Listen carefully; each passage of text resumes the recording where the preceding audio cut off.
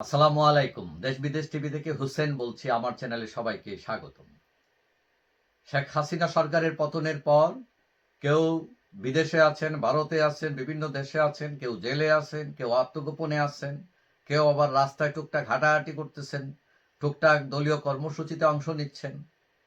এবং আওয়ামী লীগ পুরা ফেব্রুয়ারি ব্যাপী একটা প্রোগ্রামও তারা ডিক্লেয়ার করেছে এবং সেখানে লিফলেট বিতরণের কাজ অলরেডি চলছে এবং সব শেষে সেখানে হরতাল কর্মসূচিও আছে। এখন এই লিফলেট বিতরণ করতে গিয়ে বিভিন্ন জায়গায় বাধা দেওয়া হচ্ছে এবং আমরা দেখছি যে একজন বিসিএস ক্যাডারের কর্মকর্তা যিনি লিফলেট বিতরণ করেছিলেন তাকে গ্রেফতার করা হয়েছে এবং এই লিফলেট বিতরণকে কেন্দ্র করে বিভিন্ন ধরনের প্রশ্ন উঠছে যে আওয়ামী লীগ একটি বৈধ সংগঠন এবং তার লিফলেট বিতরণ করায় অপরাধ কি, কেন করতে দেওয়া হচ্ছে না, কেন বাধা দেওয়া হচ্ছে, কিন্তু এটার কোনো উত্তর নাই। তারা বলছে মানবতা বিরোধী অপরাধ ইত্যাদি ইত্যাদি, কিন্তু এগুলো তো আদালত দ্বারা প্রমাণিত হতে হবে, তারপরে আপনি বলবেন। অভিযোগের ভিত্তিতে সবকিছু করা যায় না। এখন গতকাল মঙ্গলবার আমরা দেখলাম যে নড়াইল লোহাগড়ায় লিফলেট বিতরণ করছিল আওয়ামী লীগের লোকজন এবং সেখানে স্বেচ্ছাসেবক দলের কিছু নেতাকর্মীরা এসে বাধা দেয় তাদেরকে যে তোমরা লিফলেট বিতরণ করতে পারবা না বা করো না।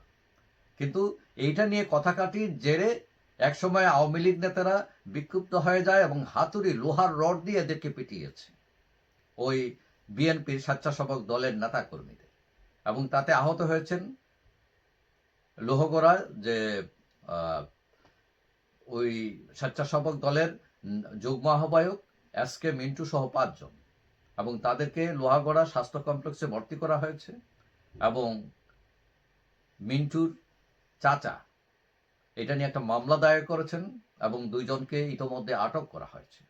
এখন প্রশ্ন হচ্ছে যে আওয়ামী লীগ বৈধ সংগঠন হওয়ার পরও আইন শৃঙ্খলা রক্ষাকারী বাহিনী কেন বাধা দেয়, কেন বিরোধী দলরা বাধা দিচ্ছেন? তাদেরকে যদি আটকাতে হয় তাহলে দলকে আগে নিষিদ্ধ করে দেন, তাহলে আর করতে পারবে না। কারণ কোনো বৈধ সংগঠনের রাজনৈতিক কর্মসূচি পালন করার অধিকার রয়েছে এবং এটা দেশের সংবিধান দ্বারা স্বীকৃত। কিন্তু আপনি সংবিধানকে অমান্য করে যদি কিছু করেন বরং আপনিই অপরাধী, কিন্তু পুলিশ আপনাকে ধরছে না এবং যে ভিকটিম হচ্ছে তাকেই ধরছে। এবং এটা কোন আইনে বাধা হচ্ছে, কোন আইনে গ্রেফতার হচ্ছে?